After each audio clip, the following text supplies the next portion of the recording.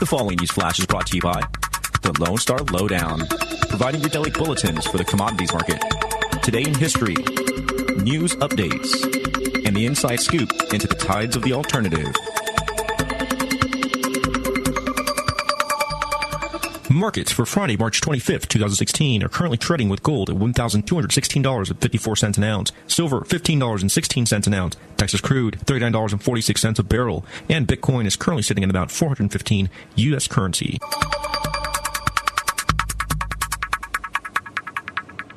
Today in history, the year 31 CE, the first Passover, or Feast of First Fruits, known today as Easter because of Romanization, took place according to the calendar maker Dionysius Exiguus, best known as the inventor of Anno Domini, the designation for the era after Christ. The Feast of First Fruits, third day after Passover, when Jesus Christ resurrected from the dead. Today in history. In recent news, in a ritual performed before world media at the Casal Nuovo de Porto Refugee Center near Rome, men and women refugees from Mali, Eritrea, Syria, and Pakistan who were Muslim, Hindu, Catholic, and Coptic Christian had their feet washed by Pope Francis on the Catholic Holy Thursday this week. Francis said during his homily that all of us together, Muslims, Hindus, Catholic, Copts, evangelicals, brothers and sisters, children of the same God, we want to live in peace, integrated. You, we, all of us together, of different religions, different cultures, but children of the same Father, brothers. Today at this time, when I do the same act of Jesus washing the feet of the 12 of you, let us all make a gesture of brotherhood, and let us all say, we are different, we are different, we have different cultures and religion, but we are brothers, and we want to live in peace. The first fully autonomous, federally approved urban drone delivery unit in the United States delivered its first package to a residential location in a small town in Nevada. Florida CEO Matt Sweeney announced today their 6-rotor drone flew itself about 1/2 mile and lowered the package outside a vacant residence in Hawthorne, about 140 miles southeast of Reno. The route was pre-programmed using GPS, and while a pilot was on standby as a backup to the autonomous system, they weren't needed during the March 10th delivery. Florida conducted the first FAA-approved drone delivery last July for a series of medical deliveries to a rural healthcare clinic in Virginia. Florida says that the Nevada delivery shows drones can safely navigate around buildings and deliver packages within a populated urban area. This is Rick Rohde with your lowdown for March 25th, 2016. It's 11:59 at Radio Free America, and this is Uncle Sam with music and the truth until dawn. Right now, I got a few words for some of our brothers and sisters in the occupied zone. The chair is against the wall. The chair is against the wall. John has a long mustache. John has a long mustache. It's 12 o'clock, Americans, another day closer to victory. And for all of you out there on or behind the lines, this is your song. Good evening, ladies and gentlemen, and welcome. I have a joke for you. Hey? The government in this town is excellent and uses your tax dollars efficiently. You thought you'd see it coming. The moment you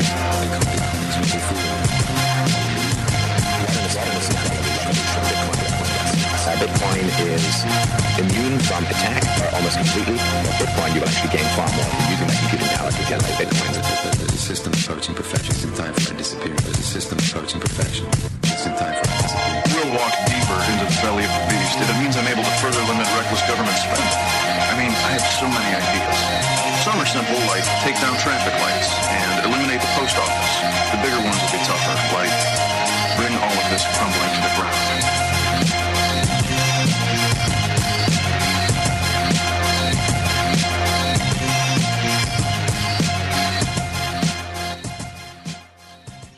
Ladies and gentlemen, welcome to the Crypto Show, a show about disruptive technology, currency, and liberty, with a pinch of sticking it to the man. As always, we come to you live from the real heart of the resistance in Austin, Texas, deep beneath the Chase Bank, with a stack of Bitcoin miners at our back, undermining the bank and the man. We bring to you the latest info from those hacking away at the digital revolution and having some fun while we do it.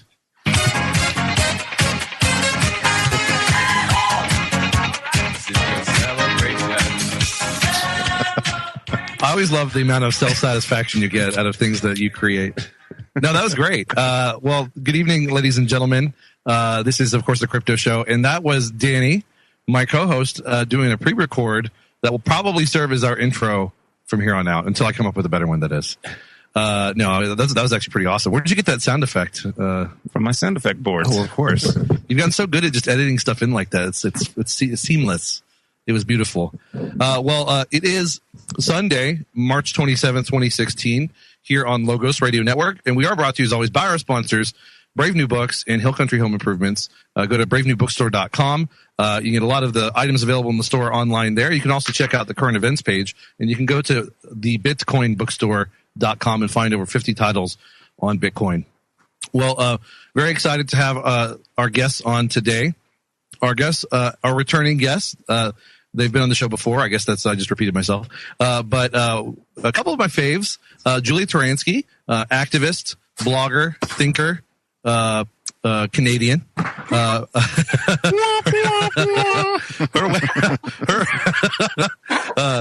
like how I talk about your self-satisfaction, and I always laugh at my silly jokes. I'm the only one who usually does. She is, you can check out her website, bravetheworld.com. And of course, if you just YouTube Julia Taransky, a lot of her awesome videos come up. She is one of my favorite people for tackling some of the thornier issues when it comes to politics, economics, and libertarianism, anarchism. So check some of those out. And joining her, or at least I hope so, is her Bitcoin expert in residence, John Dilley. And guys, welcome to the show. Hey, how's our sound? Is it okay? Yeah, I think it sounds okay. John, you're there, right? Obviously. Yeah, he's here. Hello, everyone. Okay, cool. Okay, that's better. Yeah. Right. I kind of heard him in the background, but now that sounds more like he's got his own mic. Keep me posted if that changes. But I hooked up my special microphone today just for you guys. So. Oh, the special microphone just for the crypto show, guys. Yes. Thanks, Julia. Of course. Well, great to have you guys on. Happy Easter, pagan, Christian, or humanistic, whatever it applies to you guys. And before we kind of get to I don't know, the main thrust of what we want to talk about here, what's new with you guys? Well, I had a very stressful Good Friday. I was hosting a dinner party, but everything was closed. Is everything closed on Good Friday in America? Pretty much. Yeah. So the funny thing is, I don't know, I can speak for my own country, but here, if a government worker says Merry Christmas instead of Happy Holidays, he is liable to be fired. But everything government and most private things as well, are closed on Good Friday. So can we please have some consistency? Can we be a Christian country and be consistent, or just not be a Christian country? I like that alcohol prices are 3x in America here. It's pretty funny. In Canada? And the government's the one earning all the profit. Well, that's in Ontario, yeah. We like to, the government owns the liquor licenses, basically. And it's really great because they pay the homeless people in alcoholic compensation and welfare, and then on the first day the welfare checks come in, there's a huge lineup at the government LCBO, like the liquor stores, and they give all their welfare back through the liquor system into the province. It's pretty funny. Wait! You're telling me that the poor, the welfare recipients in Canada receive their government largesse from liquor stores? No. They get their welfare, and then as soon as they get their welfare check from the government and taxpayer, they go line up and buy alcohol with it, so it goes back into the government. It's like I see what you're saying. Yeah, so it's like the government is self-enriching itself via welfare payments. It's hilarious. So like the government wasn't content with just like one racket or one scam. It had to layer another one on top. I love it. It's like the petrodollar, just getting that money cycled back into the system. That's hilarious. Hilarious and sad is of course. Well, and I like your comment too about the consistency with respect to the holiday, because it's not exactly as bad as it is in Canada here, but there is a lot of that uber political correctness where if you're, especially I'm sure if you're a government worker, you can potentially lose your job, or at least get your reputation tarnished if you say something as god awful as Happy Easter. But you're right. It's like the reason things are closed today in America and Canada is in observance of the holiday. The holy days. So that's what isn't that offensive? Like, who are we trying not to offend here? I was talking to a subway driver, and he says he has to say Happy Holidays. If someone catches him saying Merry Christmas, he will be suspended or fired. But then, why is the LCBO closed on Good Friday? Are they a Christian government owned company? I don't understand. Be consistent. That's so weird and so Orwellian too. I mean, you say something and you can get fired and reported to the authorities. It is a brave new world. BraveTheWorld.com. I'm curious too. We're talking about the Canadian government. I know y'all just had elections this past year in a new prime minister. What's his name? Kevin Trudeau. Mr. Trudeau. Yeah. Well, what's it? I know it's only been very little time since he came into office, but have there been any notable changes since he did? Yes, there have been. I'm kind of curious. Tell us. So the conservative government decided to take away door-to-door mail systems. So they put up mailboxes on every street instead, I guess, to save on manpower or something. And the liberal government promised that they would not reverse this, but they will stop its process. So unfortunately, my street now has mailboxes I have to walk to in the middle of cold Canadian winters. But everyone else that was going to get the mailboxes, the liberal government stopped the atrocity, and they get their mail delivered to their door. But unfortunately, I was not privy to this. That's the main change that's affected my life. It should be better for you than you don't see bills as much if you don't have to go pick them up. There you go. You don't see your tax bill, so just junk mail. Well, IRS, sir, I didn't know it was there. And so what is the liberal government's problem with it? Is it because it's going to eliminate government jobs, quote unquote, or is it simply the inconvenience of people going to the mailbox, or what was their big beef with it? I don't know. I guess I can see the conservative perspective to maybe limit the amount of workers they need or something, or make the workers' life or maybe save on gas. I have no idea. I actually would think that maybe the liberals keep more jobs in the cycle because they have to go to door to door. I didn't do that much research into it, but I guess economically it could be significant. But I don't know. I can, I don't know either, but I can imagine the likely reason is it's an appeals to employment, because now, they're not employing some of the mailmen to actually carry it to your, well, no, I mean, that doesn't make sense. Sorry. It's been a long weekend. I mean, I guess, they still have mailmen delivering it. They just don't deliver it to your door. Less stops. Yeah. I don't actually. It's very riveting. Right. I mean, I don't even know why I look for an explanation. Like all government programs, it's pretty nonsensical. Well, we've got a little less than 3 minutes till break. Along those same lines, though, I'm curious, what does Kevin Trudeau sort of promise to do policy-wise? Justin. Oh, I'm sorry, Justin Trudeau. Yeah. Yeah, what is Justin Trudeau sort of, where do you see him going with any major policy changes, and how scary is it? I know he promised to raise taxes on anyone making over $200,000, pretty significantly. I think it was from, oh God, I can remember the number. It was a significant raise, but yeah, he's liberal. He's going to raise taxes on would you call that upper middle class? 200,000? Yeah, I would call that upper middle class. I wouldn't quite call that rich, but upper middle class, yeah. But I find that bracket is small to medium business owners, so that's going to stimulate the economy, that little increase. People are just going to evade taxes more, I don't know. No, that is a good point, though, actually. That is, I think the statistic is in the United States, or historically, and probably still true today, that 90% of economic activity comes from small businesses. And you're right, that bracket, especially say 200,000 to $1 million, is largely small business owners. And it's not just about taxing people and stealing their money and reducing economic growth. I mean, that is a huge component of the economic engine that they're targeting, and that's kind of scary. Yeah, well, they're politicians. They don't understand, or they just want to appeal to the voting masses are not small business owners, so they don't care. Yeah, and that's the sad part. Or the scariest part is maybe the politicians do understand and they do it anyway because they're evil. That's what I think. But at the end of the day, it doesn't matter, does it? You're right. At the end of the day, Bernie Sanders is probably not an evil person, but his policies, in my opinion, are evil because socialism. Well, I don't think he means to hurt anybody, but he just doesn't understand that's what's going to happen. But that doesn't make what he's doing, what he would do, okay. Will your prime minister be hosting Jeopardy again? That's Alex Trebek. He is also Canadian, though. Same thing. They're all the same, am I right? Well, we're coming to break, and we're talking with Canadian Julia Taransky and American John Dilley. Not that that's important. We're way more important things to talk about concerning them on the other side. So stay tuned here on The Crypto Show. We'll be right back. You are listening to the Logos Radio Network. LogosRadioNetwork.com. This is what happens when you call the cops. Say what? This is what happens when you call the cops. Come on. This is what happens when you call the cops. You get your rights violated or you all get shot.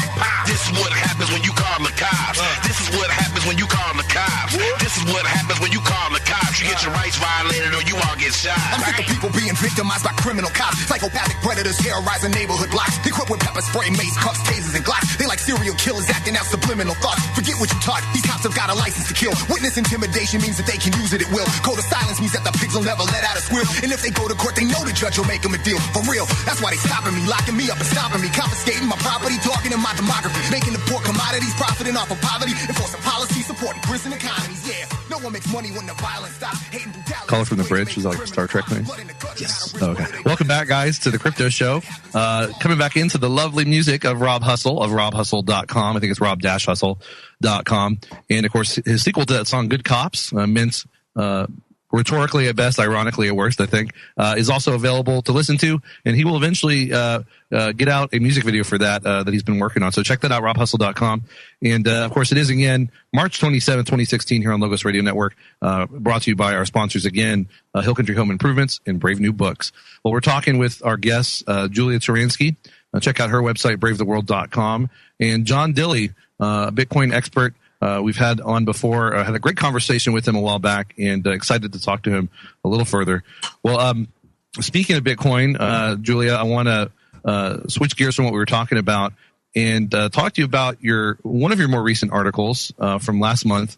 It's entitled "Why My Faith in Bitcoin Has Been Restored." I guess give us the context to that. I know it's in response to a previous article, and tell us all about that. Yeah, so I think now 2 years ago, maybe a year and a half ago, I put out a video and an article talking about why Bitcoin isn't a honey badger, just voicing some concerns coming at a lot of different directions in regards to Bitcoin. And because people were at a high, I think, and that's fine, but they were I was worried they would be blindsided by things that are very possible to happen in the space if we're not aware of them. And a lot of the things that I was worried about did come true, but not in kind of end all kind of way. So mostly I was concerned about bad players. And I think bad players can really poison the space, especially when people don't think that they are bad players. And I think some of these people are still around. Some of them have evaporated, like Mike Hearn with his rage quit. And that was really wonderful. I think that's great. And you could see the way that he left the space as well. It was very underhanded because it promoted a R3, which is basically a competitor. And you could tell that his heart, like if his heart was in Bitcoin, he would not have done that. I feel like his heart was never in Bitcoin. I feel like he always had ulterior motives, and he was one of these bad players I was worried about. I think you're really right. Like, he would not have done that if his heart had been in Bitcoin. I absolutely agree with you. And just real quick, too, when you say bad players, you're not just talking about anybody. You're talking about people with real influence, technical or otherwise, on Bitcoin, right? Yes. So people that are trusted by, not even, it doesn't even have to be majority, people that are trusted at all by anyone significant or a significant amount of people in the space, or people that are revered as some sort of leaders in the space that really shouldn't be, or maybe had their day and need to retire or have nothing extra to offer. And it can be dangerous because I think narratives are really important, especially with new tech. And everyone can say, oh, let's put our head down and just code and everything will be fine. And maybe that's true, but to an extent, I think public opinion matters in the way of affecting morale and stressing people out. And if the people building the tech they have low morale, such low morale to the point of quitting or not doing the work or feeling it's not worth it anymore, then that has affected something real. So something that's social and verbal and like PR driven has affected physical work, and that happens all the time. And people forget that because these developers are not just machines that are automatically programmed to develop. They're human beings who have incentives and emotions, and we've seen that even with, for example, like Mycelium. We've had Ross of Mycelium on many times. Great guy, and he talked about how their paper wallet generator was put on hold for further production because someone on the team quit. And I think it's just important for people to realize the human element is not something you can ignore in all this. Anyway, sorry, go ahead. Of course not. Everyone's a human being, and anybody who ever reads Reddit, like Bitcoin Reddit, either one, I don't know which one people have fallen now, it's all forked, but it's they're all kind of poisonous. I stopped looking at Reddit ages ago because I think it's just a poisonous well. I actually highly recommend it. I've been off Reddit for 28 days. Yeah, he's a recovering Redditor. I feel much less depressed as a Bitcoin contributor and as a block streamer, believe me. Is it because you see all the terrible trolls and fools out there on Reddit and you think to yourself, well, I'm not so bad? Well, blatantly, Is that what you mean? Yeah. But there's like blatant lying, blatant personal attacks. People have had their personal information leaked. It's, it's awful. We've had, I know programmers and contributors that have had to take days off on leave because they were so sick from stress. I think someone was even hospitalized. Like, I'm not trying to be dramatic, but this does happen. This was even discussed at the Scaling Bitcoin conference. We had a whole discussion for probably about an hour with a bunch of panelists and a bunch of people at the conference. It was a small conference too, so it's quite tight knit. Everyone, that was a huge topic of discussion. People being disrespectful and being, trolly in the worst sense of the word on Reddit, and the personal attacks and the stress. And at some point, it becomes not worth it. And guess what? Bitcoin contributors and programmers that are affluent enough to do anything in the space worth value, they are a dime a dozen. Like, they're not a dime a dozen. I mean, so it's very hard to get the talent. These people don't just go to like Bitcoin coding school or, and even programmers that have that background, it's still a specific kind of interest that gets people involved in this kind of new tech. So it's incredibly hard to hire people, and it's incredibly hard for Bitcoin to have committers that are worth anything, basically. No, I agree with you. For instance, real quick, hard. Yeah, no, and it's not just scarce talent when it comes to computing knowledge and ability. Like you said, it's specifically scarce talent that either is interested in being devoted to Bitcoin development or even knows how to. For instance, I recently started Ubering with my new car, and I picked up this French girl. Actually, earlier today, I found out she is a PhD in computer science at UT, and I brought up Bitcoin, and she practically acted like she hadn't even heard of it. And you'd think that it would be more commonplace in the CS world, but it's still kind of nascent, and that just goes to show how scarce the necessary people are, and that's why we can't take them for granted. Right, and people do. And think about it. This is still a niche thing. It's still very hard to make money with it unless you just bought Bitcoin early on. You have to be a very high-level programmer to have any value to add, and you're not really getting paid for it. It's basically a hobby that you're doing for fun and because you love the tech. You're not getting paid for it. The only way you can do this full-time, you can't do it full-time because you need to feed yourself, but if you work for a company that already pays you well and you have any leisure time at all, then you can devote it to this project. Or if you work for a company that devotes their time and funding to this project. So people really aren't getting it and aren't thinking about it, and they don't understand how many hours went into making Bitcoin what it is today, or keeping it afloat. Yeah, and it reminds me of, I don't know if it was one of our guests not too long ago had a shirt on that said maybe it was actually John, Bitcoin is anti-fragile. And they made the point that people say Bitcoin is anti-fragile, but it's only because of the people working really hard at the, developing behind it. And if it weren't for that, Bitcoin would be much less strong than it is. I want someone to make a series of "Make Bitcoin Great Again" shirts. Julia, you're on it. You already have the Ghost Outside the Machine shirts. Get on it. I know, that'd be really great for this year's Sportfest, actually. Be really Not a bad idea. Well, we're coming to break. Actually, I hate to interrupt, but we're talking with Julia Turansky of BraveTheWorld.com about her recent article, Why My Faith in Bitcoin Has Been Restored. So we'll finish that out on the other side and talk with, we're also talking with John Dilley, and we'll talk with also Lynn Ulbricht, because it is her son's birthday. Be right back. What's Sweet and Gooey? Available at your local supermarket. Costs about $3 and is known to slash your risk of cancer. I'm Dr. Catherine Ulbricht, and I'll be back with the answer in a moment. Privacy is under attack. When you give up data about yourself, you'll never get it back again. And once your privacy is gone, you'll find your freedoms will start to vanish too. So protect your rights, say no to surveillance, and keep your information to yourself. Privacy, it's worth hanging on to. This message is brought to you by StartPage.com, the private search engine alternative to Google, Yahoo, and Bing. Start over with StartPage. If you're a jelly junkie, I've got sweet news for you. Researchers have found that pectin, the all-natural gel that binds liquid ingredients in jams and jellies, slows the growth and spread of cancer.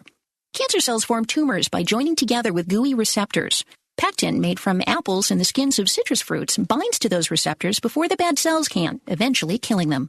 Some say pectin cures chronic joint pain and prevents arthritis, too. Though I can't vouch for that, it can't hurt to try this natural remedy. Turns out a spoonful of apple pectin a day may actually keep the doctor away. I'm Dr. Catherine Ulbricht for StartPage.com, the world's most private search engine.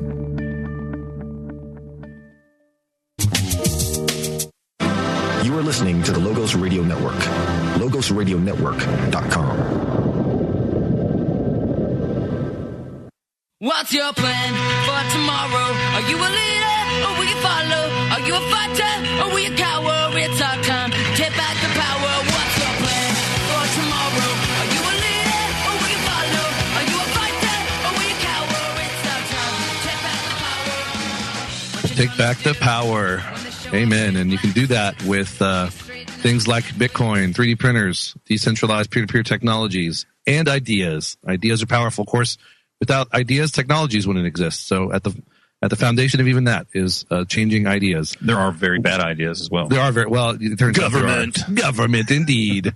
Sorry, that was just me waxing philosophical as we come back. I know you're always waiting with bated breath, listeners, for my words of wisdom that flow as like manna from heaven for your hungry, voraciously hungry minds. Okay, anyway, but we're back and we're talking with, of course, Julie Taransky. Sorry, I can't find my crickets. Usually, like, you're on it with that, like practically before I've even uttered a word. Julie Taransky of Brave the World and John Dilley, and we're talking about Julia's article, Why My Faith in Bitcoin Has Been Restored.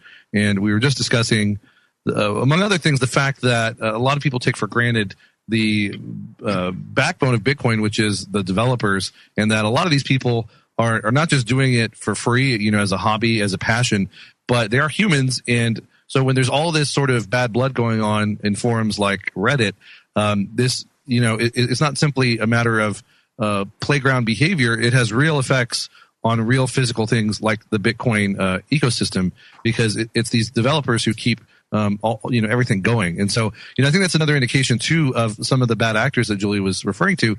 It amazes me how bad, how big the drama in trolling gets on things like Reddit. It seems like more than simply the average trolling that attends everything on the internet, right? Yeah, and it spills over to people with the big names. There have been people in the space who have blatantly lied about multiple things, multiple times to multiple people. And it's a bruised discontent, and that's their intention, I guess, because maybe their vision for Bitcoin isn't being followed through on, or something's not happening fast enough. And everyone has, this is partly why I really like this tech, because there's all these players pulling from different directions for different reasons, and it kind of keeps it in balance most of the time. We need checks and balances, right? We don't want that. We don't want some sort of authority to put forth checks and balances, but we need some sort of natural checks and balances happening. And that's great. That does happen most of the time, but they can't be based on lies. Okay. Yeah. And even in Mike Hearn's, Rage Quit article, he just blatantly misled people in some of the things he said. And that's fine. I mean, it's fine. Like, that's his choice. His reputation is completely ruined. I don't know anyone who would stand up for him now. People would stand up for him all the time when individuals like, I don't know, Amir Taki would criticize him, or even me on Twitter. I went at him a few times, but no one is going to do it now because he self-destructed. And which now, like, after this, it's bewildering to me that there's still individuals that are similar to Mike Hearn with similar track records that people are still standing up for. But anyways, I don't want to go into that too much because people can just read the article. And like full disclaimer, unlike most media, I am fully biased. I do not claim to be unbiased. I'm a person who has met most of the people in the space and who has opinions about most of the people in the space and what their intentions are based on, just observation and input from others and what they wanted for Bitcoin, what they said they wanted for Bitcoin, etc. So it's definitely not an unbiased opinion. And I'm surprised it got voted up on the Reddit page. So, half of the people loved it because they agreed with me. Half of the people hated it because they disagreed with me, naturally. And then the people that I personally know that disagree with me, we just agree to disagree because we are mutually respectful towards each other. And that's the way it is. And hopefully things don't get worse. What do you think, Johnny? I think Bitcoin is an interesting place. I would say that Joey's mostly on point there. The community dynamics in Bitcoin are problematic because A, it's money. It's money as a protocol. B, it has a number of seemingly competitive parallel versions of it called altcoins, which are often... And I actually hate to interrupt you. I'm sorry, but it looks like we have Lynn on. Lynn Ulbricht. Cool. And we'll resume that line of thought in just a few minutes. Lynn, are you there? I am. Hi, I didn't interrupt. Hey. Welcome, Lynn, back to the Crypto Show. and happy Ross birthday to you. Well, thank you. It's certainly a day I remember. He weighed over 10 pounds. And I had him at home. So it's seared into my memory. But anyway. You said over 10 pounds? Yes, he was. He was a big baby. Wow, he was a big baby. Yeah. I was I was small. I think I was like 6 pounds, but then I turned out big as an adult. So they fed me too much. The small ones stretched up. He was very mellow because exactly. the big babies tend to be more mellow. He was a very mellow baby. It's funny you say that because I know I've never met him, but that's always the vibe I've gotten about Ross from people who do know him, and then just from his writing. I mean, of all the very positive attributes you can give to him, mellow is definitely one of them, I think. Well, so tell us, have you been in touch with him on his birthday, and do you know what he's up to? I talked to him yesterday because it was actually my birthday, and so he called me. Oh, happy birthday! Happy birthday! Thanks. Wait, so your birthday's the day before? It is. I went to a birthday party that night and went into labor and went home and had Ross. And everybody else had cake and a party.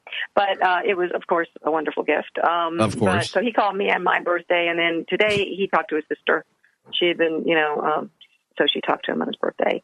Oh, that's excellent. Your daughter is lovely. I remember when she came in with y'all that one time, and she was just an excellent person, just like Ross. Yeah, she just loves him, and she was so happy to talk to him and everything. And he said he and his bunkie are going to try to, because his bunkie, meaning cellmate, that's what they call him, because his birthday's in a couple of days, they're going to do something, I don't know, to celebrate it. But yeah, that's cool. Hopefully, Ross is a creative guy. I'm sure it'll be pretty fun and interesting, whatever they end up doing. Somebody's making toilet. Maybe so. No, I'm just kidding. Make a cake of some kind out of commissary ingredients. I don't know. But anyway. That would be kind of cool. Well, of course, we have Julia Taransky on the line. Yeah. And John Dilly as well, if you want to say hi. Hi, Lynn. Happy birthday yesterday. Thank you. Oh, thank you. It's great to hear your voices. Yeah, and just, that's just another indication of for just that lovely how much letter that he wrote. Such a great letter. But anyway, go ahead. I don't know, what were you saying? Well, there was Bitcoin.com today posted a whole slew of letters from Jeffrey Tucker, Roger Ver, from me, from Lynn, one from Tatiana as well. And mine's on its way. I didn't want to be one of those guys who just sent the letter with everybody else, because I wanted it to be extra special, because I knew Ross I knew he would understand. So I'm gonna post it, in the next week or so. Sure, anytime. But anyway, it's a wonderful campaign. People expressing really great things and thoughts and inspiring, really. And then tomorrow there's going to be a gathering in San Francisco at 6 p.m. in front of the Federal Reserve Bank. No way. I think it's Market Street. Yeah, that's so perfect, because it's not just the Fed, with respect to Bitcoin and money, but San Francisco, of course, was where the criminals kidnapped him. So very fitting place, I think. Yeah, it's really neat. And, it's a lot of the purpose is to tell people who are going by, talk to them about the case and why it's important and why there's some big issues at stake here, and to set the record straight on a lot of the misconceptions about the case and that sort of thing. So anyway, that's we kind of ran into a lot of that down on 6th Street during South by Southwest. A lot of ill-informed people. Oh, there's tons of that. Well, we're coming to break. And so when is that gathering at the San Francisco Fed? That's tomorrow at 6 p.m. In front of the Federal Reserve Building. I'm looking for the address. I should have it, but hang on. I'll have it in 2 seconds. Just close your eyes and follow the evil, and you will end up at the right place. 101 Market Street. 101 Market Street at 6 p.m. 101 Market Street. Be there if you can. We'll be right back with one more break. Julia Taransky and John Dilly on the other side of this break. Stay tuned. Easy.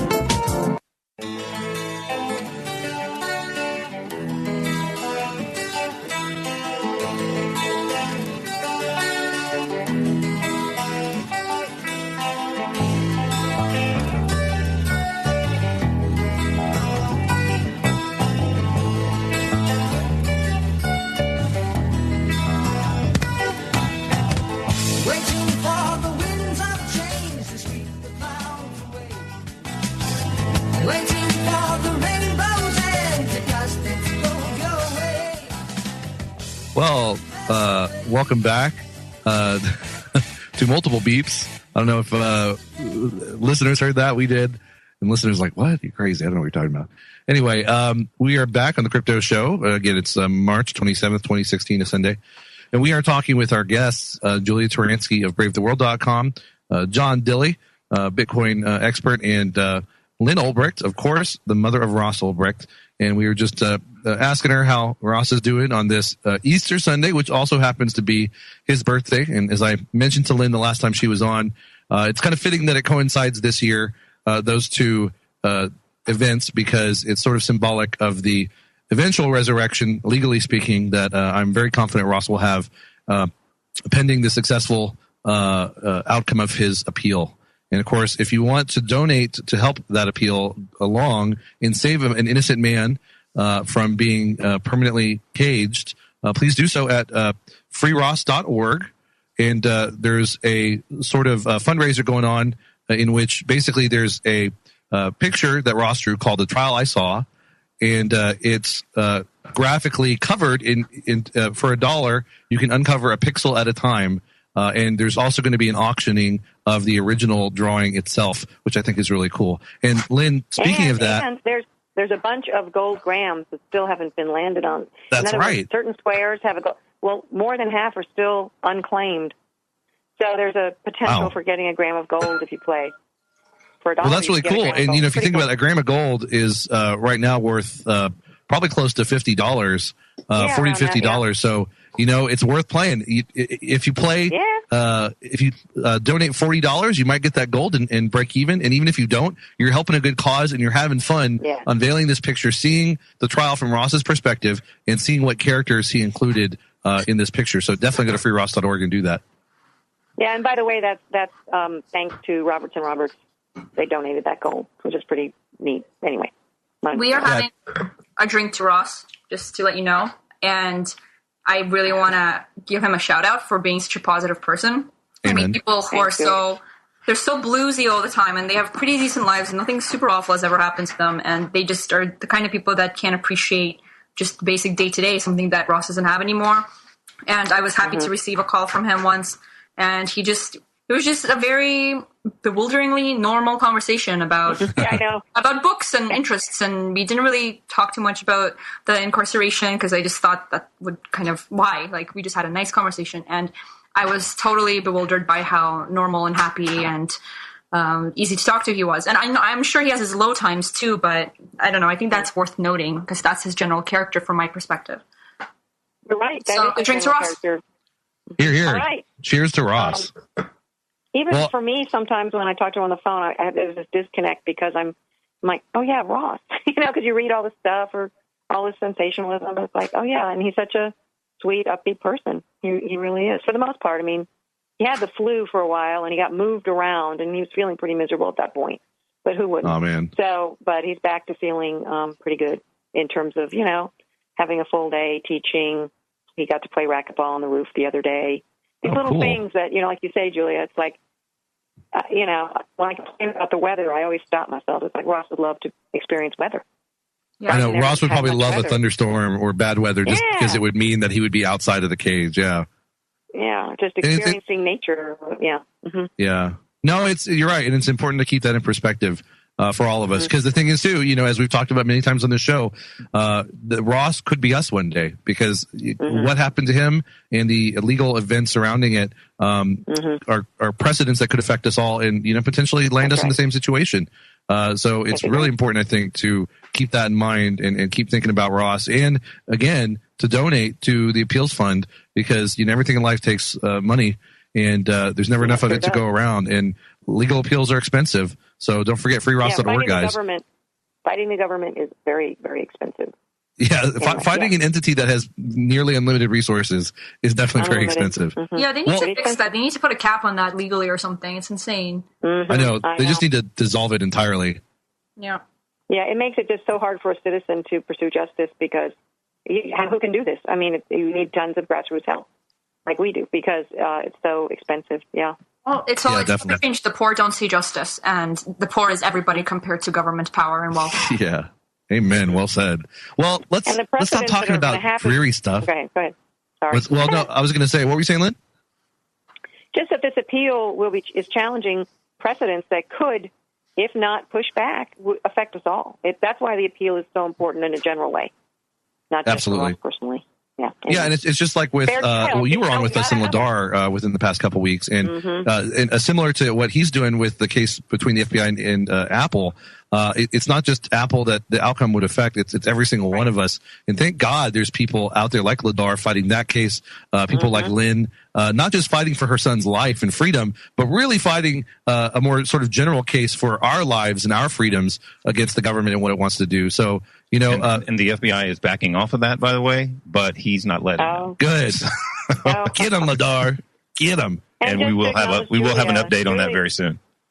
I want to acknowledge Julia. She's a real freedom fighter. She's amen. a tough woman. Absolutely.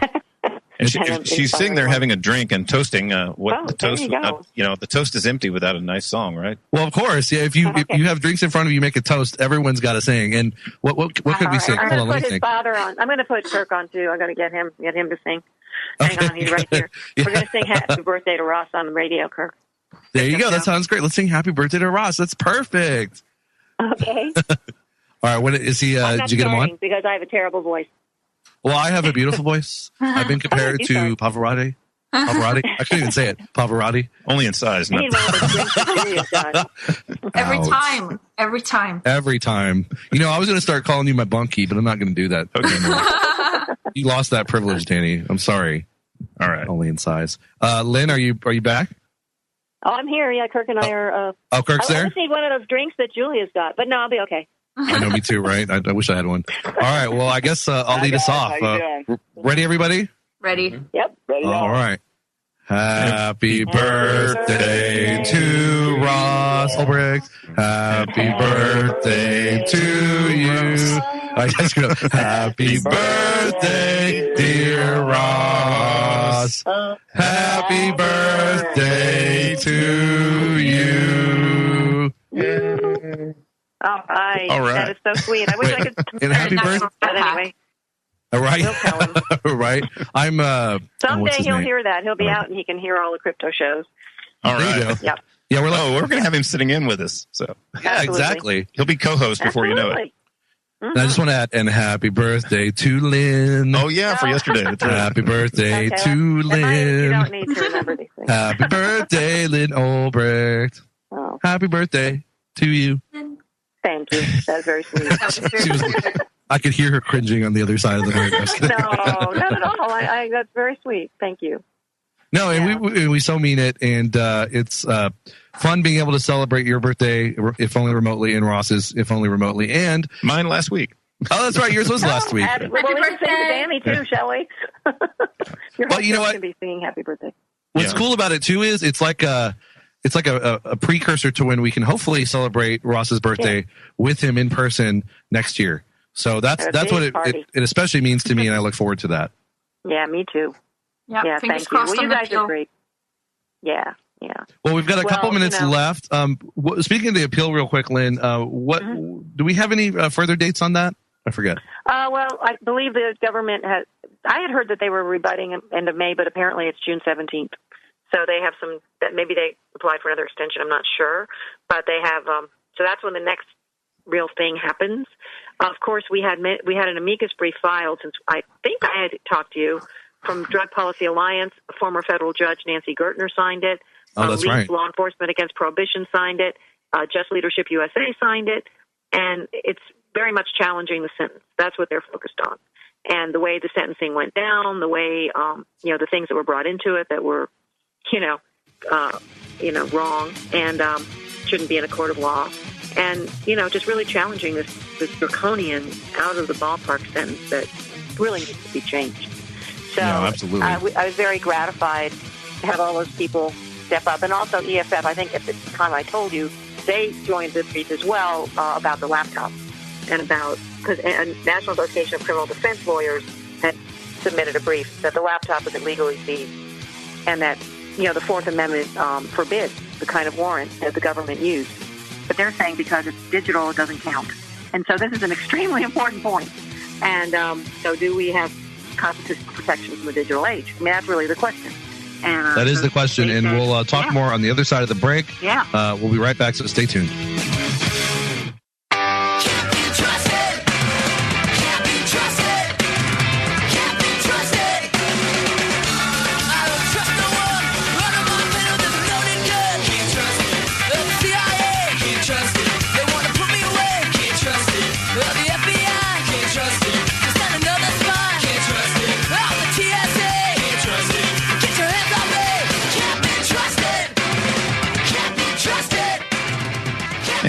Welcome back to the Crypto Show. We're talking with John Dilley and Julia Turiansky from Brave the World.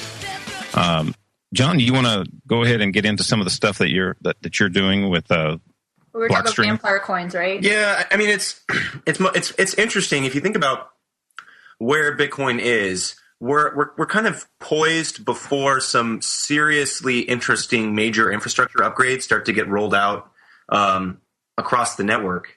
And a number of the people that I would say have splintered away from Bitcoin or have joined other communities are much more interested in I would call it short-term profit. Maybe they're capitalists first before they're Bitcoiners. Maybe they're capitalists first before they're cypherpunks or cryptocurrency enthusiasts.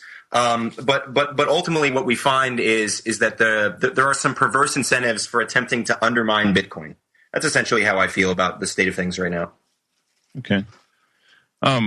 So you're a dev for the Lightning Network or Blockstream, and no, that's the same thing, right? I run strategy at Blockstream, but that's separate. I've been a Bitcoiner for almost 4 years. I'm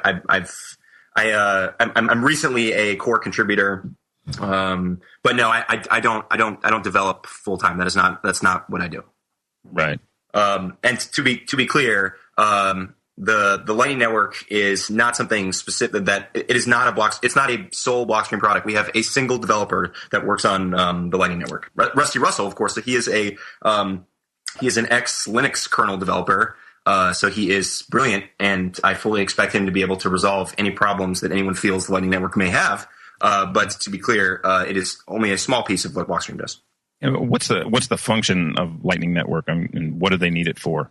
To what level of audience am I talking about it to? Is my request? Well, I guess you would want to make it simple, but I mean, I guess in simple terms, what can it do for Bitcoin?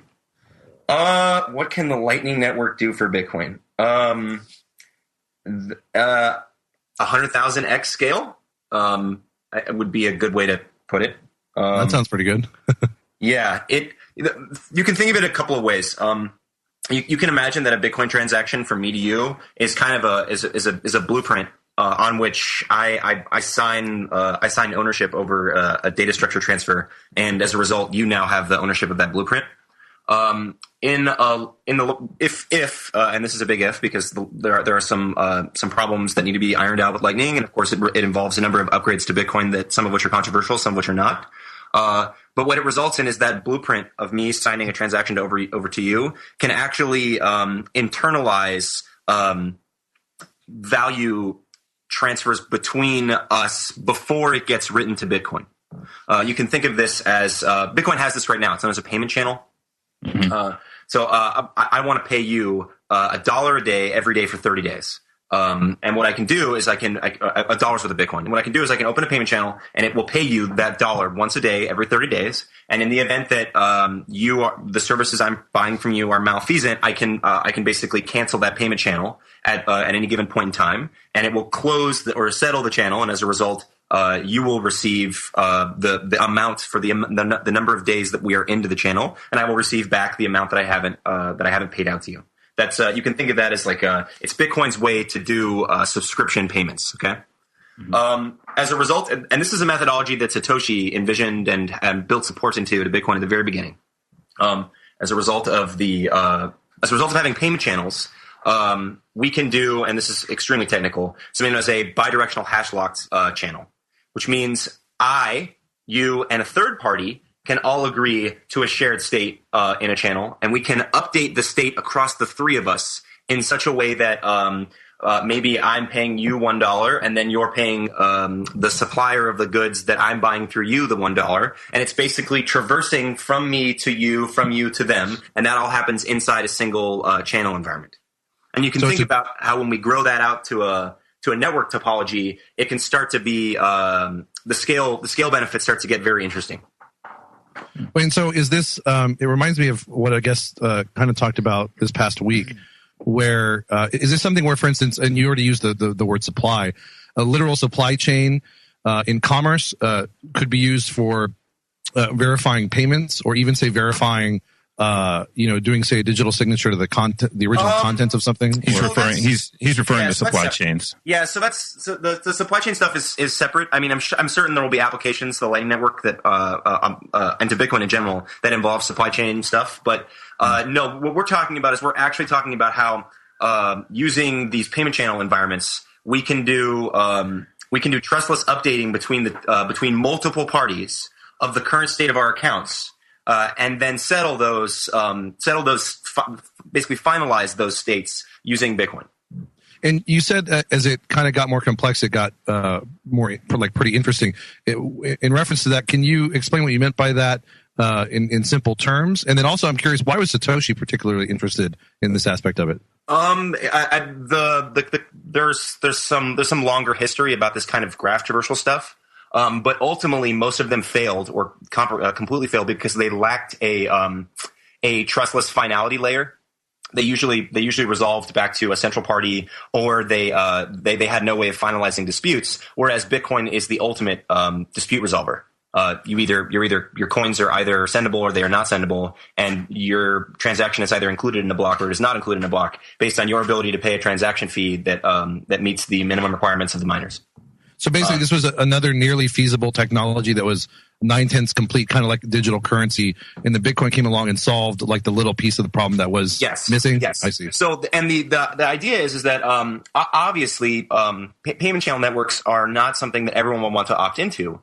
But for example, between groups of parties that wish to transact rapidly amongst themselves.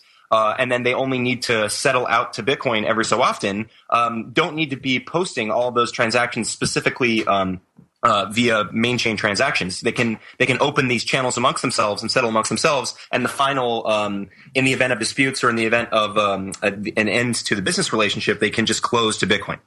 And so on top of all the sort of practical benefits of this also takes some of the transaction load off of Bitcoin itself, I guess, right? A better way of looking at it is that it adds to our headroom by about a factor. The estimates right now depend on which upgrades we manage to get into Bitcoin. But the estimates are between 10,000 and 100,000 X scale. And then obviously there are some things on top of that we can probably do to push that even further. And which of the upgrades that you were just alluding to would be the optimal for this situation? So, for example, segregated witness would result in a 67% improvement to that scale metric. And that's because if you think about the methodology of opening and closing a channel, it would be like, so Danny, like at the end of that 30-day period, when I closed that channel with you, opening it was a Bitcoin transaction and closing it was a Bitcoin transaction. But the channel, if it was a 30-day period and I paid you every day, was actually 30 Bitcoin transactions. So we got 15x scale from that, from you and I agreeing to this channel relationship. So all those smaller transactions are never really on the blockchain then. Which is super nice. If you were trying to make sure that the transaction was on the blockchain, then you would want not to use that, right? Well, so the opening and the closing transactions are on chain, and the states between the on chain transactions are still cryptographically sound. So they're not there's no potential for defrauding anyone. Is a better way to put it. As long as everyone's online, there's no potential for defrauding anyone. But yes, in the event that you want a main chain transaction, you're still welcome to use a main chain transaction. Right. And so when these transactions occur and they're the ones that aren't on the blockchain, can they be double spent? No. So what you have to think about it is go back to the blueprint state I was giving you. So on the first after the channel's been opened, what I do is I go, Danny, I'm going to update the state now to the second day in our transaction where I've paid you 2 transactions and I have 28 pending. Do you agree to this state? If you say yes, then you and I now both share this blueprint that either of us can send back to Bitcoin that shows that you are the proud owner of 2 days of payments and I am the proud owner of 28 days of payments. If I, because I'm trying to defraud you, if I try to send to Bitcoin a proof saying that I only paid him for the first day, you have you can think of it as a higher order contract that you can send to Bitcoin that will basically prove that the previous contract is not valid. Right. Does that make sense? Yeah, interesting. So I guess things like Factom would have to be very careful not to put their transactions on these side chains. This is not a side chain, to be clear. This is you can think of it as we are packing higher order data structures inside Bitcoin transactions. And the reasoning behind this is massive scale benefits, massive fungibility benefits. If you can think about it, if these chain states can permeate amongst, say, 5, 10, 50 people, the state of the money flow isn't something that's hitting the blockchain.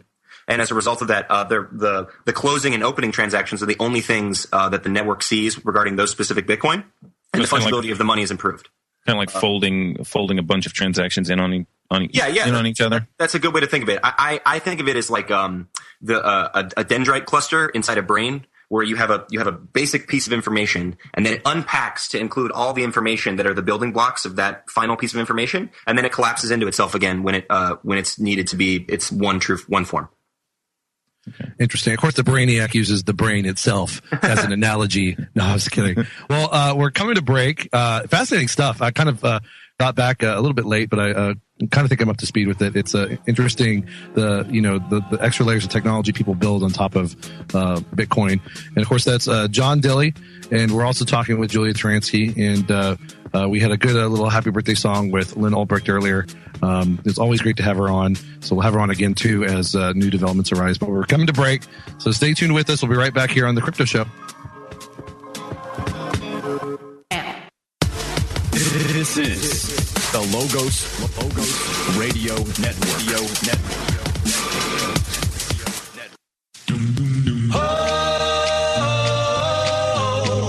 For the longest time.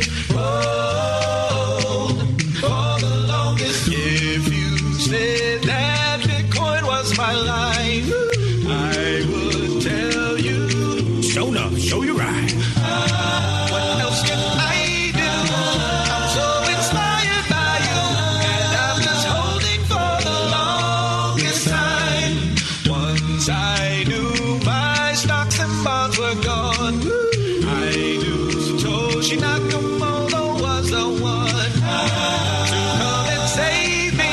Encrypted money memory, and I'm just holding for the longest time. All right, guys. Welcome back. Excuse me. To the Crypto Show. Sorry, I was just munching on a Cadbury Cream Egg. That's one of the things I love about Easter is the Cadbury Cream Eggs come out. And unfortunately, though, it kind of sticks to the back of my throat. But I got some water.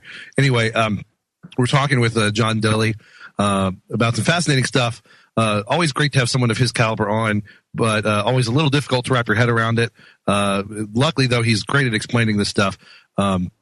And we definitely benefit from learning more about all these technological layers that are being developed. Well, let's, Danny, you had another question. Yeah. No, so what would be wrong with implementing like both aspects, core and classic? The segregated witness and classic with the increased block size. Why can't they just do both of those things? So we could talk about hard forks and soft forks all day. That's always a fun topic. But personally, and I think if you go back a couple of months or maybe even 6 months now, last time I was on, I said I fully anticipate eventually we would get to some sort of adaptive block size solution.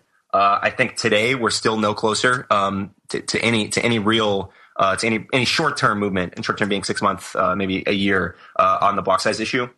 And again, that just has to do with the fact that driving consensus in a system that's designed to not force anyone to do anything is difficult. And that's a good thing, and that's actually a good thing. Right. And I actually will harp on this a little bit. The fact that there is contention, and the fact that that there hasn't been any change on the block size, that the fact that a hard fork hasn't happened, is actually the most encouraging, most bullish sign for Bitcoin that there's been in 2 years. It means that the system works. The fact that it's difficult to make controversial changes to Bitcoin is a really good sign. It means it's very resilient to attempts to overturn outstanding or current governance status. Does that make sense? Yeah, no, I guess that does make sense. Yeah, I mean, the integrity of the system, in an environment like this where there's a lot of conflict and tension and disagreement and attempts to change it, and yet we haven't had the hard fork. No, that's encouraging to hear, especially from someone like you. Yeah, so to be clear, I'm still the most bullish Bitcoiner I know. What I can say is there are a number of setting Classic aside, the hard fork debate continues to rage on, and I'm to be clear, I fully anticipate eventually there will be some sort of reasonably final solution with regards to how Bitcoin approaches its block size. But I don't think any individual and I don't think any institution really has any control over what that final state looks like. But I am encouraged by the fact that there are a number of very interesting upgrades coming to the network. Segregated witness being one of them. BIP68, which is, I believe, check sequence verify. BIP9, which is something called version bits. And then I think it's relative lock time. I don't know the specific BIP number. It might be BIP 113. Are all planned upgrades to the network as of right now that bring some very interesting things to Bitcoin. And so these planned upgrades don't necessarily have to do with the current controversy over the block size limit, or do they? So segregated witness, it definitely addresses some of the short-term concerns of the proponents who are, oh my God, we need capacity now. Segregated witness gets us, I think it's 75% more effective block size as a result of us rethinking how transactions are or work. Is it like 1.6 megabytes? Yeah, well, if you use multisig, it's substantially more. So it depends on the type of transaction, obviously. But yeah, so segregated witness is an example of that, and the other ones are just planned and smart upgrades to the functionality of the network.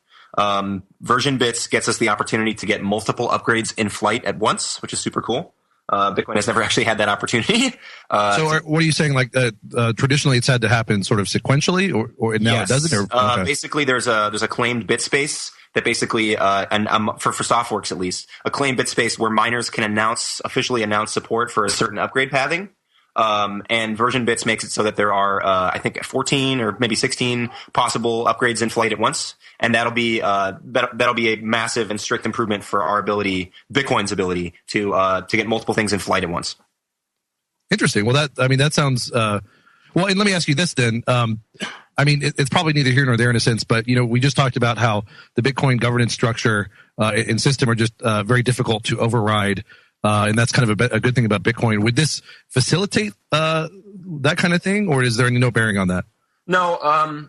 Again, Softworks as a methodology basically are a way for miners to continue to do what they do now, which is that they follow consensus. And if miners have broad adoption of a soft fork, they basically will enforce that version of consensus. And they would only enforce a soft fork if it's in their profit best interests and if it's in the best interests of Bitcoin. Those are the exact same underwriting assumptions that we have for why Bitcoin continues to work now, and soft forks just piggyback off that assumption. The multiple upgrades in flight stuff is mostly interesting for enabling us to do more at once. Does that make sense? Because this kind of sequential methodology we've been working off of has actually slowed our ability to roll out the types and kinds of things that Bitcoin needs to really thrive.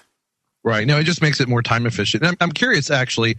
We've had some talk with some of our other guests about doomsday scenarios with Bitcoin, or at least maybe not doomsday, but if there ended up being, say, 2 coins, would there be any flight to other altcoins? And I'm curious that this time efficiency upgrade that you're talking about, is this characteristic at all of other altcoins that you're aware of? No, I don't think. I continue to believe that the vast majority of altcoins are scams. They provide no functionality whatsoever, or the functionality they could provide could very easily be implemented via a sidechain.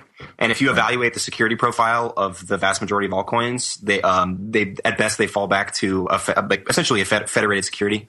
And if you're going to fall back to federated security, you might as well just be piggybacking off Bitcoin via a sidechain. So I don't think the Bitcoin developers they're not doing things from a perceived competitive perspective. They're not. Their perspective is, I have this awesome piece of technology and I want to be able to help develop it and bring it more into what I think is interesting to build on top of this. So no, I don't think it's from a perceived threat of any of the altcoins. I see. None of them do the ongoing debate is fueling the price rises in the altcoins like Ether? I think there's some serious perverse incentives, and that's a broader topic. I I think if you were trying to make a 10x return on an investment that hadn't made 10x, and you saw an opportunity to attack Bitcoin, I would say, and attacks on Bitcoin for some reason managed to fuel a certain kind of uncertainty in certain types of Bitcoiners in such a way that it paid off on your investment, then yeah, I think there are definitely some Bitcoiners, and we've seen this with the numerous scams and the numerous malfeasant actors in the space. There are definitely Bitcoiners that would take that opportunity to utilize that. Yeah, that's a very good point. I mean, those who are advocates of altcoins obviously have an incentive to take advantage of the uncertainty that's grown up around Bitcoin with all the issues lately. And of course, that is going to draw some money into them, all things being equal. That's probably not such a surprise. Well, we're talking with John Dilley about some really interesting stuff about Bitcoin. So stay tuned. Very informative stuff. You can only find stuff like this on the Crypto Show. No other Bitcoin show. And John Dilley agrees. All right, we'll be right back, guys. Stay tuned for just a moment. In Wisconsin, an elderly woman who housed orphans was about to lose her home to foreclosure when her 12-year-old grandson came to the rescue. I'm Dr. Catherine Albrecht, back with the story of Noah the Dreamcatcher after this. Privacy is under attack. When you give up data about yourself, you'll never get it back again. And once your privacy is gone, you'll find your freedoms will start to vanish too. So protect your rights, say no to surveillance, and keep your information to yourself. Privacy, it's worth hanging on to. This message is brought to you by StartPage.com, the private search engine alternative to Google, Yahoo, and Bing. Start over with StartPage. For years, Janice Sparhawk cared for dozens of orphans. Many dropped on her doorstep after dark. But at 72, she was in trouble. Her health failing, she couldn't pay the mortgage. Unless she found $10,000, the bank would foreclose. She appealed to her congressman, her governor, and even the president, but it was her grandson, Noah, who saved the day. The 12-year-old posted her story on a website he'd created 3 years earlier, Noah's Dreamcatcher Network, to help hurricane victims. Within days, enough money had poured in to rescue Sparhawk, her foster kids, and their faith in America. I'm Dr. Catherine Albrecht for StartPage.com, the world's most private search engine. Kidding about chemtrails. Looking for some truth? You found it. LogosRadioNetwork.com.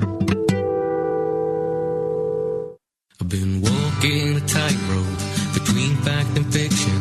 Been wrestling with demons in small bottle prisons. Been talking to sinners who claim to be Christian. Been shouting at leaders who claim to be listening. And the pendulum swings from the left to the right. Its momentum increases the need for the fight. Like a moment of blindness and a lifetime of sight. And I am caught somewhere in the middle.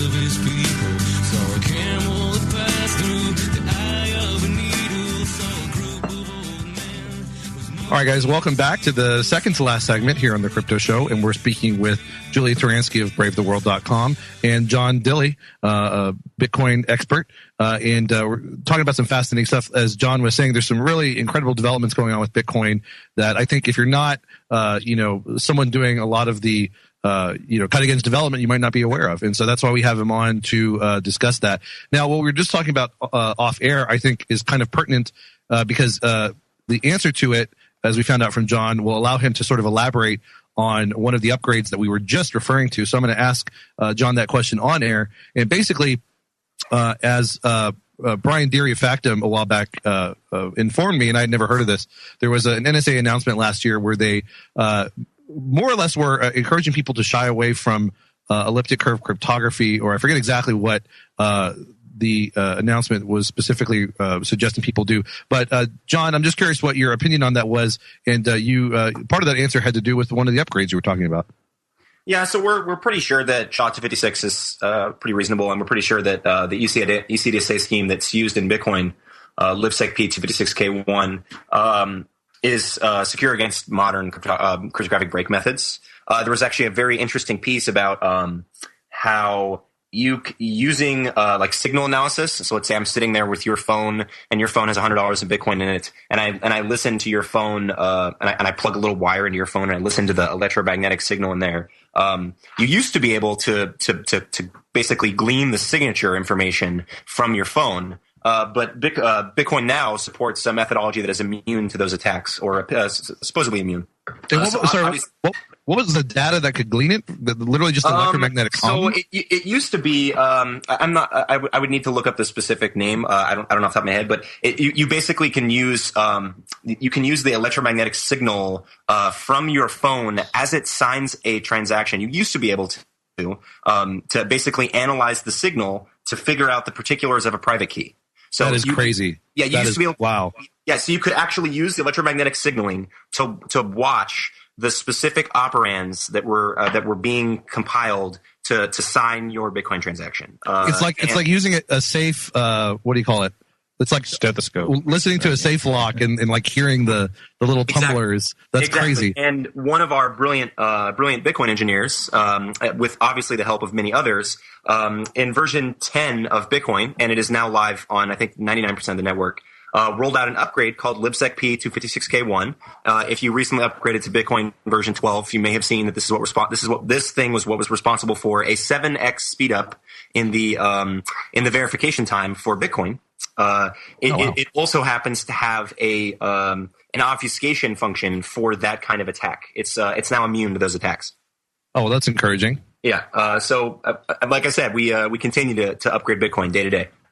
And was this also specifically what you were talking about with segregated witness? No. So segregated witness gets us a bunch of things besides just a smarter way to use the capacity we have. It also gets us a means by which we can roll out signature type upgrades to the network.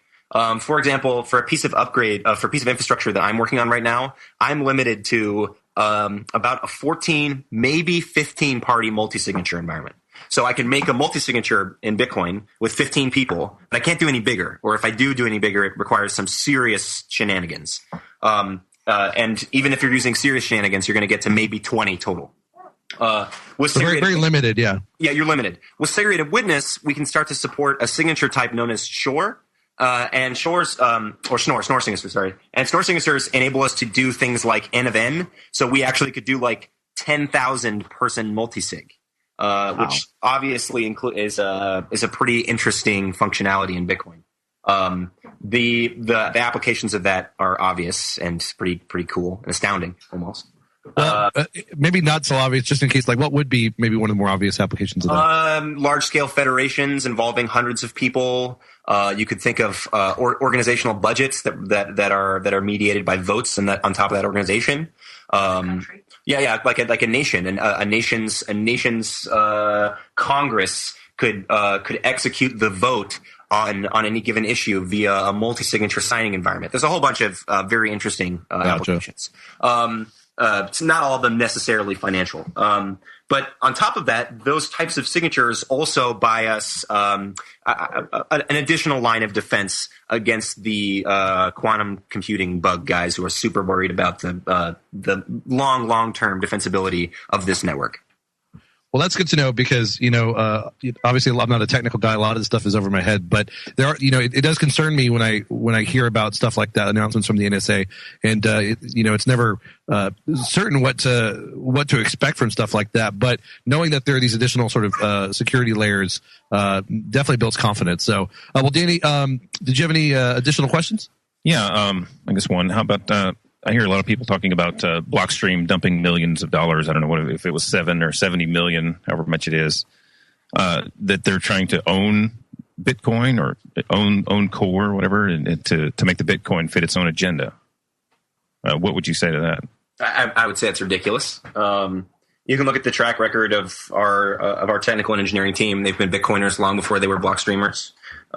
Their approach and their philosophy on Bitcoin has been consistent despite the existence of Blockstream.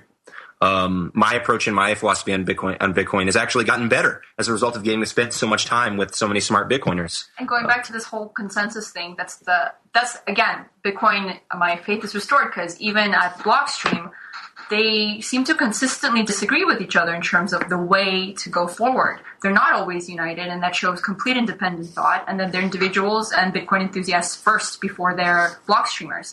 And I think that speaks volumes because there's been, just if you look at the Bitcoin news in the past year, there's been loads of times where maybe consensus was reached about something specific, and then it's not all of a sudden. And that usually has to do with 1 or 2 or 3 of them not digging that direction anymore. And that's a really good sign. Right. No, I definitely agree. Although still, it's, it's still scary though, because, when they talk about the really problematic technical issues coming onto the scene, when the block limit gets reached and, these doomsday scenarios that people talk about, maybe we can also talk about that on the other side of the break. Like what would be sort of a doomsday scenario, and do we really have anything to worry about it? And if there is complete sort of gridlock about what to do, is there a way out, or would we just expect people to, through natural incentive, finally come to another solution? So we'll talk about that on the other side of the break. And of course, we're talking with John Dilley and Julia Taransky of Brave the World. And I like how John a moment ago referred to working with or talking to smart Bitcoiners, and it's just like, well, who does he consider smart? And you know what I mean? It's like it's not us. Well, yeah, no, but it's like if he considers somebody smart, like who are they? They're probably like ethereal beings from another dimension. No, but we got one more segment left, guys. It's such interesting stuff, and like John said, we could. There's so much to it that someone like him can explain. We could talk about it for hours, and that's why we'll probably have to have him and Julia on again in the near future, just to follow up on a lot of this stuff. And of course, by that point, there'll be new developments also to talk about. So anyway, we'll be right back. Easy.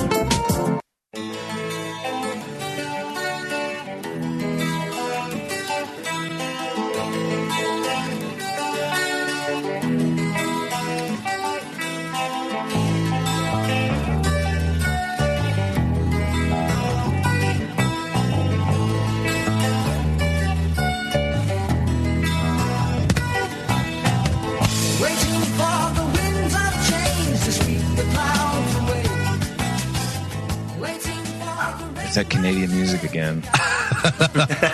And we put that on special just for Julia Taransky. A fitting tribute, I think, to her. America's hat.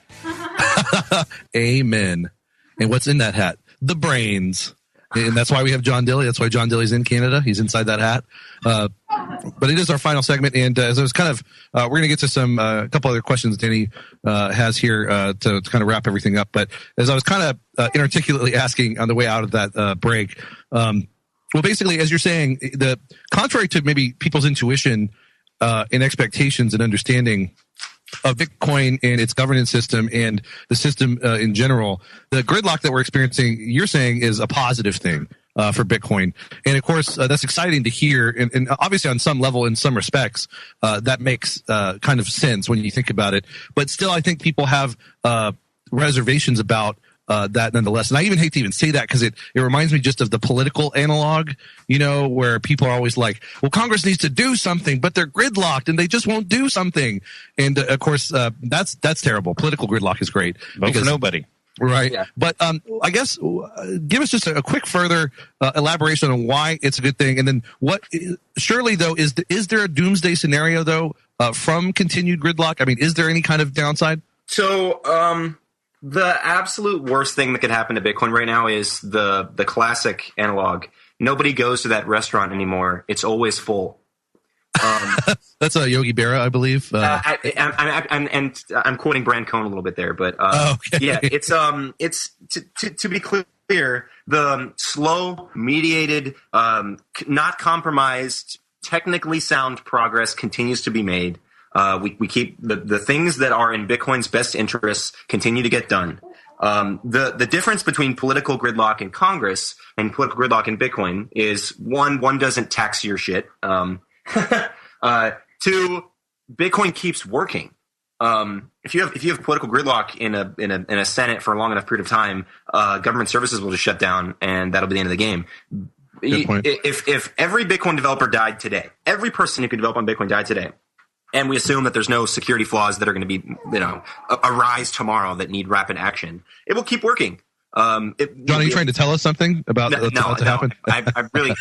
It's actually this. Well, kind of. It's actually the sign of a system that has been thoughtfully designed and progressed to a state where the lack of movement, the lack of rapid movement, this kind of startup-y San Francisco go as fast as you can until things break mentality has not been the design approach or mentality for Bitcoin, because we're talking about $6.5 billion worth of value. We're talking about the first attempt for a truly sovereign money. To take an approach where it's like, oh, just go as fast as you can. If it breaks, we can fix it on the fly, is not really something that you want to be in place when it comes to Bitcoin. We should be or for anything, yeah. Yeah. Well, no, when it comes to like, the latest craze in photo sharing, it probably doesn't matter if you're if it goes dark for 6 hours and your development team is sweating bullets in the background. If Bitcoin goes dark for 6 hours, the game is over and cryptocurrency gets that back 10 years. The dichotomy there should be very, very obvious. Right. Okay. Well, that's that's just very encouraging, and I love that Bitcoin is as powerful tool as everyone has always said it is, and becoming increasingly so, and definitely encouraging. Well, Danny, what additional questions did you have? No, the last one I had was about the difference between core and classic. I would just state that Bitcoin Core continues to push for the most technically sound. Conservative is not necessarily the right solution, but often conservative solution to capacity, general scaling, and security issues when it comes to Bitcoin. And do you see these guys coming to a compromise and trying to work together and implement both? Or well, the interesting thing is the two versions of the software, assuming that they've been well implemented, are actually compatible. If you're running Bitcoin Classic right now on the network, you can send and receive money from someone running Bitcoin Core. They just have different rule sets under different conditions. For activation of larger blocks, I would guess would be Classic's choice. Coming together, working together is and under those conditions, we keep doing that every single day. They don't work in different worlds in that they aren't in different worlds right now. Gotcha. Does that make sense? Yeah, no, that makes sense. Yeah. Well, and so we've got about 6 minutes left, okay. And I think we covered a lot of Danny's questions. So I guess wrap up with whatever you think is really pertinent and interesting, including maybe what do you think is also one of the most interesting or exciting developments right now in Bitcoin? Although you may have already just covered that, but just kind of free flow if you want, and take us out over the last 5 minutes. Most exciting. I like right now there's some very cool use cases in like cross-border transfer and global remittance that I think are super cool. People are doing like full transaction flow from like start to finish with Bitcoin in the middle. And we're going to see some very interesting consumer apps come about as a result of that. Companies like Paycase, companies like UnoCoin, companies like Coins.ph, all have some very, very interesting kind of actual business logic applications on top of Bitcoin that are saving people money, saving people time. And just to clarify on that remittance thing, so you're saying instead of people, for instance, sending Bitcoin internationally, they're sending they're sending, say, dollars that get converted to Bitcoin that get converted to pesos, or what's the difference? Yes, so the idea is that look, like it's obvious. Bitcoin is ridiculously complicated. It in 5 years to catch up to the underpinnings and the technical beginnings of this will be nigh impossible because just so much has happened. So much has been built on top of this wonderful machine that we get to interact with all the time. So these new businesses, these new application layers on top of Bitcoin abstract that away from the consumer. They in the same way that you don't really question why your Bank of America wire when it goes to your buddy at Wells Fargo, you don't really think about the plumbing. There are Bitcoin companies that are starting to leverage that under the infrastructure, the plumbing, without the users needing to be super informed about why their money is moving cheaper, why their money is moving faster. Right. They don't need to be technical experts. They can be completely ignorant of all the underbelly of it. All they need to know how to do is, buy it or accept it, transact with it, et cetera. And you're right. And that's something people take for granted, even with our current financial system. We've talked about that many times with various people, how complex even a simple credit card transaction is. And it's funny because we talk about Bitcoin governance. Well, of course, we've also on this show, on this episode, as well as, of course, just more generally, talk about the sort of, we'll talk about politics and the political implications of Bitcoin. But it's so funny how people are so unaware of all of the complex behind the scenes operations that take place to bring them something like, say, a credit card that to them seems like a simple thing, and they take it for granted. And then when things go even slightly wrong, they clamor for government intervention that disrupts the whole flow of that complex environment. And I don't know, it's just a lesson that, while the beauty of developments on top of Bitcoin like this to allow people to simply interact with or transact with it are great. I would certainly hope that nonetheless more and more people get some understanding of the way it works, just so they can appreciate it on a deeper level, if that makes sense. Oh, definitely. I mean, it's just that we're talking about the first real sovereign money, and use cases that utilize that actual thing, the sovereign application, not necessarily even the technology underpinning it, are very powerful. The fact that we can actually see companies saving money, saving time as a result of using Bitcoin is just a nice narrative to have. It's not. I mean, obviously, I spend a huge amount of my time educating, just spreading, evangelizing for Bitcoin. And last Thursday, I spent a half hour sitting in a bank drive-through trying to deposit a check, and I just finally left and went to another bank where they weren't as slow. And and I'm kind of in the middle of doing a job right now where my customer's paying with Bitcoin, and that one is just so nice. As a matter of fact, he paid me Saturday. So, I didn't. The banks weren't open anyway, but I didn't need a bank open. Yeah, exactly. And Bitcoin doesn't have holidays, thankfully. No, yeah, open 24/7, no holidays. Believe me, Bitcoin does not have holidays. I don't sleep much. And I'm sure developers like him understand that. Well, got less than a minute left. John Dilley, thank you so much. Julia Turansky, guys, always a pleasure. You guys are so sharp and informative and fun, and we'd love to have you back on in the near future. Any final thoughts for us? Yeah, I think just reiterate that the fact that consensus is hard to reach in this kind of effect is a real big positive. We don't want things to be decided on a whim. We want things to take a long time when possible, because we want the best for Bitcoin. And I say we as the community, whoever wants to join me in that, is up to them. Absolutely. Well said. And I would thank you for your time, guys. Thank you. I ramble a bit, but I do my best to be concise. We do too.